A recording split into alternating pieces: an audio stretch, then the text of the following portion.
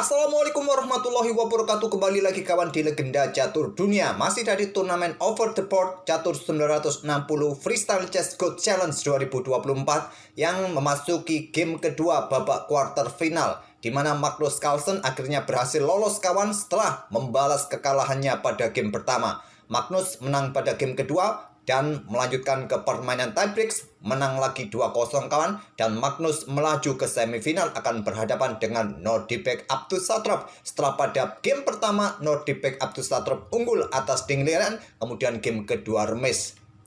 Partai yang lain kawan, Fabiano Caruana pada game kedua bermain remis menghadapi Domara Djurgården, dan Caruana lolos ke babak berikutnya dan akan bertemu dengan Levon Aronian. Setelah sebelumnya Levon Aronian ini juga mengalahkan Vincent Kemmer pada game kedua. Pada game pertama mereka bermain imbang remis. Nah, game yang akan kita ulas ini permainan antara Vincent Kemmer versus Levon Aronian pada game kedua kawan. Langsung saja tanpa babi bu lagi kawan, dan Levon pada game kedua ini pegang putih, mengawali dengan pembukaan pion D4. Langkah prinsipal untuk mendapatkan kontrol petak pusat sesegera mungkin, diikuti dengan pion pusat lainnya, pion E, pion G, pion F4 nanti dihentikan dengan pion F5 oleh Vincent Kemmer. Hentikan laju pion E4, buka juga jalan bagi gajah terang. Pion C3 lanjut Levon, perkuat rantai pionnya kawan di sini dan juga buka akses bagi menteri menyerang pion. Ada pion G6, hitam sudah membuka jalan bagi gajah gelap atau gajah terangnya. Nah, putih punya inisiatif untuk keluar menyerang duluan, membuka laju E dengan pion E4. Bisa berlanjut pukul pion, ambil balik oleh menteri, ataupun juga dengan langkah pion E5. Nah, pion D pukul pion E5, pion F pukul pion E4. Tapi memilih pengembangan perwira kawan, Levon dengan kuda D2, santai dulu, ini bentuk provokasi juga.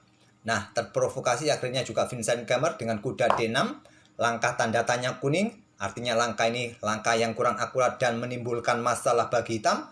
Apa masalahnya? Pion D-nya telat untuk bisa dimainkan kawan, terblokade oleh kudanya sendiri. Yang terkuat dengan pion C6 kawan. Untuk menghindari ancaman diagonal terang panjang ini, dan untuk dukungan pion, hentikan laju pion juga, berikan tempat bagi menteri kalau ingin keluar di petak gelap kawan. Tapi memilih langsung kuda ke D6. Pion G3 tak perlu terburu-buru dengan pion E4, buka juga diagonal terang panjang bagi gajah. Nah, di sini pion E5. Vincent Kemmer keluar menyerang, padahal rajanya masih berada di pusat kawan. Dia ingin mempunyai lajur E yang segera terbuka. Tadi mungkin kalian punya opsi seperti dengan kuda C4, ini saran dari Stockfish kawan, idenya yaitu menantang pertukaran, terus juga berikan jalan bagi pion D kawan. Atau kalau kalian mencoba dengan pion C6 terlebih dahulu, berikan tempat bagi menteri untuk segera rokade juga. Mungkin di sini putih juga akan mengeluarkan perwiranya untuk segera rokade panjang kawan. Tapi memilih dengan menyerang langsung, counter attack dengan pion E5. Terbuka juga akhirnya kawan lajur D, lajur E dengan pion D pukul pion E5. Gajah ambil balik, pion F4, gajah mundur ke G7. Menteri keluar ke D3, diikuti kuda rokade panjang di langkah berikutnya. Masih pion C6 merupakan ide yang bagus. Untuk menteri ini segera keluar kawan, diikuti kuda B3, menteri C7, rokade panjang, rokade panjang. Kalian tak perlu khawatir kalau ada gajah ini meluncur. Hati-hati, terjebak nanti akhirnya. Memilih dengan langkah pion A5 untuk berikan jalan bagi benteng keluar kawan. Tapi juga percuma, mau digeser ke lajur B, ke lajur C ini juga ada yang mengawasi, gajah terang, gajah gelap. Dihentikan terlebih dahulu juga dengan pion A4. Nah, menteri ke C8 yang terkuat untuk ide untuk dukungan bagi pion di lajur C. Tapi memilih dengan kuda ke E6 kawan. Nah, di sini kuda C berkembang ke B3. Gajah F7 membuat langkah menunggu, mengembangkan perwira yang terkuat, tapi sekali lagi mencoba keluar menyerang dengan pion G5. Tidak diperdulikan kawan, rokade panjang pilihan Levon. Bentengnya bersama menteri langsung menempati lajur D yang semi terbuka. Pion G pukul pion F4. Nah, berlanjut dengan kuda C5 tantang Levon. Yang terkuat dengan pion E4 kawan, tapi mencoba menantang pertukaran kuda. Jika diterima, gajahnya langsung aktif menekan lajur D ini kawan, hati-hati. Tapi ditolak, melanjutkan dengan gajah 6 untuk mendapatkan diagonal gelap mencoba pin kuda nanti. Raja langsung bergeser ke B1, pion F pukul pion G3, pion E4 masih jawaban terkuat kawan, tapi memilih menteri yang ambil balik pion G3. Dengan pion ini juga bagus ketimbang dengan menteri kawan, tapi yang terkuat dengan pion E4. Memilih menteri ambil balik masih cukup rasional, tetap tekan kuda di sini.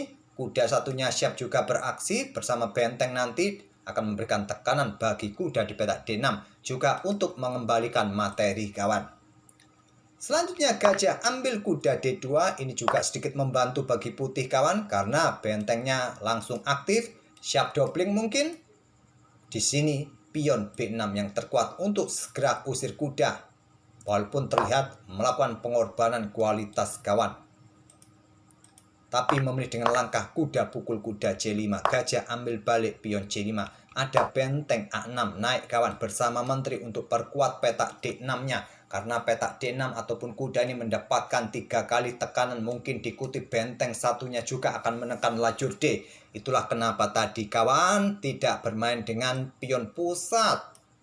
Inilah yang menjadi masalah bagi hitam. Rajanya masih berada di pusat, menterinya pun juga masih berada di belakang, belum aktif. Pion E4 sekarang lanjut level untuk membuka jalur bagi benteng di lajur E.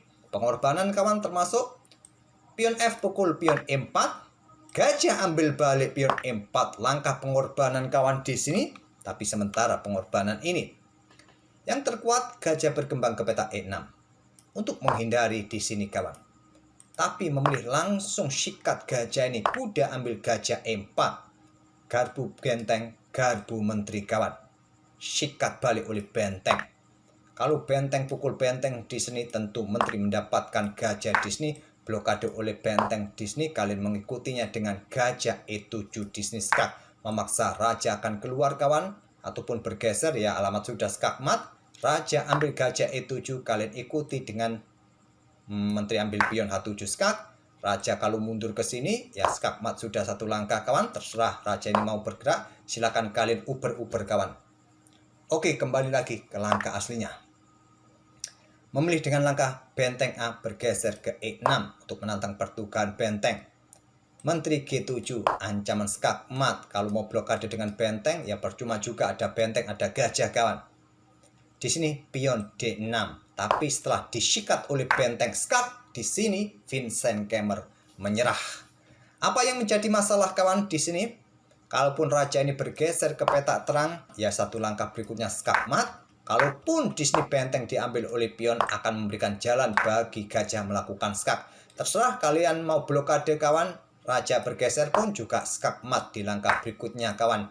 Terpaksa menteri harus blokade dan skakmat. Kalaupun di posisi ini benteng ini disikat oleh benteng, maka berikutnya adalah benteng pukul benteng E8 skak.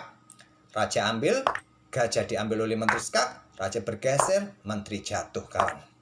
Dan putih akan tetap menang. Oke, itulah kawan permainan game kedua antara Levon versus Vincent Kemmer, di mana Levon nanti di semifinal akan bertemu dengan Fabiano Caruana. Magnus bertemu dengan Nordibek Abdusatrop malam ini. Dan kita akan bertemu di video-video berikutnya. Terima kasih sudah mampir tiap hari. Wassalamualaikum warahmatullahi wabarakatuh.